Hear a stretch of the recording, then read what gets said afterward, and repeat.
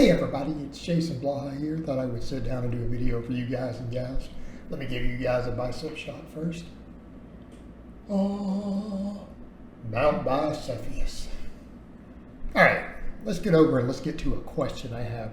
I actually had a string of comments in the comment section this morning towards someone said, hey Jason, Dr. Mike, I think it was Dr. Mike, it might have been Dr. Mike, did a video on if we should train when sick, and he didn't even mention the fact about getting other people sick, which is something I had mentioned previously in a video. Like, could you discuss this? And I think this is a great question, but I think the way that I want to answer this, I'm not going to come at this from the sense of goofy bravado. I'm not going to come at it from the sense of, this is what my audience needs to hear to be hardcore, bro.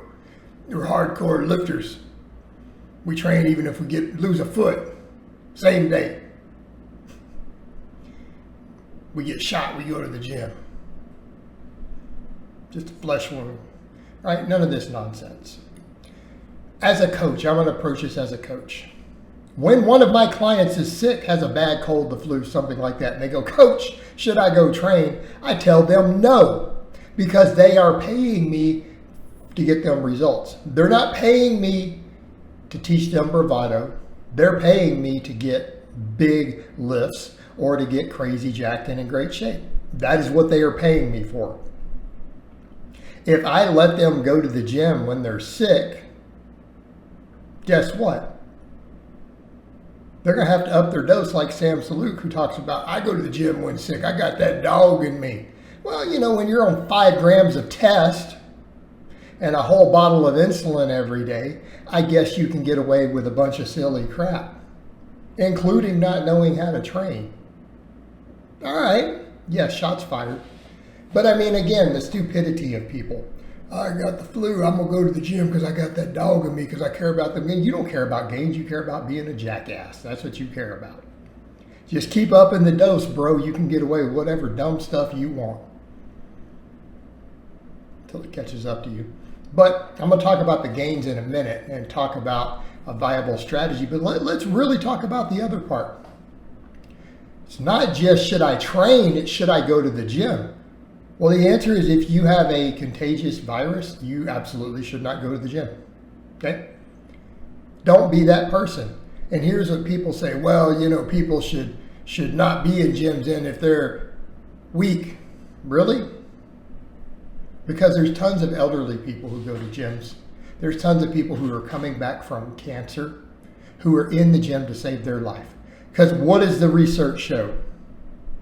You're battling cancer, lifting weights doubles your chances of surviving. People aware of that? There was a study on that. Lifting weights doubles your chances of surviving cancer treatment. So yeah, there are possibly people at your gym who are on chemo doing things like that to save their life. They're not there to get bigger biceps. They are there literally to not die. You need to think about those people. Same thing. There's been a big push for a long time to get elderly people in the gym because we know it prolongs life, helps prevent sarcopenia, bone fractures, hip fractures, all the stuff that kills old people. Okay? It's not cool to be in there exposing them to the flu. And are you saying they shouldn't be there? And those of you out there who hold that mentality, don't you wish that your grandparents trained? How about if you're like, well, my grandparents are dead. All right. Don't you wish they had trained and maybe they'd still be alive and be somewhat healthy and still be in your life? Wouldn't that be nice? And if you tell me no, then that says everything we need to know about you as a person. And we need to think about that. You're talking about a gym, talking about a public gym, talking about a gym. Everyone's breathing each other's air. And there are people who need to be in there to save their lives. It's one reason I oppose any sort of lockdown of gyms. It's horrible for health. Terrible. Okay? Take other measures. But there's a lot of people who need to be in there for their survival. Okay? Spreading disease. You're also spreading disease to other people who are trying to make gains. So let's talk about that.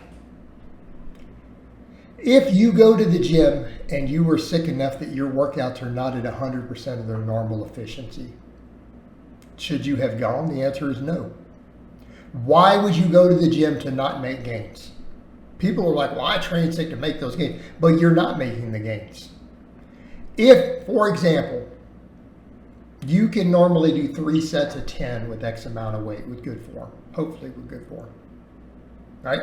Whatever that weight is, 100 pounds, 700 pounds, 1,000 pounds, I don't care. Maybe some of you guys are lifting 1,000 pounds on exercises for 3 sets of 10. You come in and you can't even get 10 reps. You're so tired you get to rep 7 and you fail on the first set. Okay? And that's the start of your workout. You got the flu, that's very possibly what's going to happen. Or a very serious virus. Very possibly what's going to happen. All right. Are you going to get a good workout? No. Are you going to stimulate any muscle growth? No. Are you going to interfere with your recovery? Yes. So you're actually going to increase the amount of time between having effective workouts because you came in and had a completely useless, stupid workout. Now, it's one thing to talk about a deload week when you need some stimulus to do something. Okay? Not talking about deload weeks because that is where you're under recovered and you need to do something just to stimulate some motor patterns. Okay? Stimulate a little blood flow. That's what we're doing with deload weeks when we have to take them. But we are under recovered. Keeping in mind, you're probably not making gains off of those deload workouts. You're hopefully just maintaining what you have. But it's easy enough to recover from. But if you're sick, you are now interfering with your ability to heal. You are now using resources up to recover from this bad workout. And I don't care about your perceived exertion. Well, my rate of perceived exertion is like, rate of perceived exertion is bullshit. It is nonsense. Oh, I called it. You're under recovered, so therefore you can't push sets as hard. You fail way early. Well, that's not an effective workout. That means you're probably not recovered enough to reach the upper threshold motor units and muscle fibers. You're not stimulating crap. You should have waited to work out. Maybe you should be cutting your volume back there too much because it's too high. You're not recovering from your workouts. You're either training too frequently or with too much volume for your current lifestyle.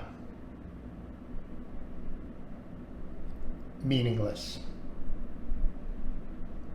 Meaning we can do that, like reps and reserve determine how hard we're training session to session and progress. But if we're losing performance, but I perceived it as a 10,